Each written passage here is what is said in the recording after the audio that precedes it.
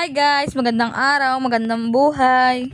For today's video guys, ipapakita ko sa inyo kung paano namin kuhain dito sa aming lugar ang pangunguha ng katang. Hindi man ganun kadali guys, pero talagang worth it naman kapag nahuli po natin ito. Guys, pasensya na kayo dun sa kagahapon kong video putol kasi kaya ito na yung sa kasunod na panghuli namin kahapon. Guys, dito po sa aming lugar, marami pong libreng pang ulam. Pupunta ka lamang po sa ilog, ay digay libre ng iyong ulam. Ay kaso nga lamang ito ay nasa ibang palaistaan at hindi sa iyo.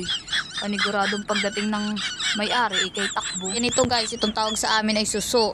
Yung mga suso din na yan, binibenta ni Lola. Kaso nga lang yung pinakita ko sa inyo maliliit. Guys, luto serye na tayo. Ito po yung mga nahuli namin kahapon. Hindi man malalaki at saka hindi madami. Okay na din naman po ito kaysa sa wala. Ang nilahok lang po namin dyan ay kalabasa at walang mabilhan kahapon ng gulay. Hindi katabaan yung mga nahuli namin katang pero okay na yan kaysa naman sa wala. Tsaka ay okay na yan at ulam naman na. Masarap sana yan guys kung maraming gulay. Kaso nga lamang ay dito sa amin ay walang mga nagtitinda masyado ng gulay.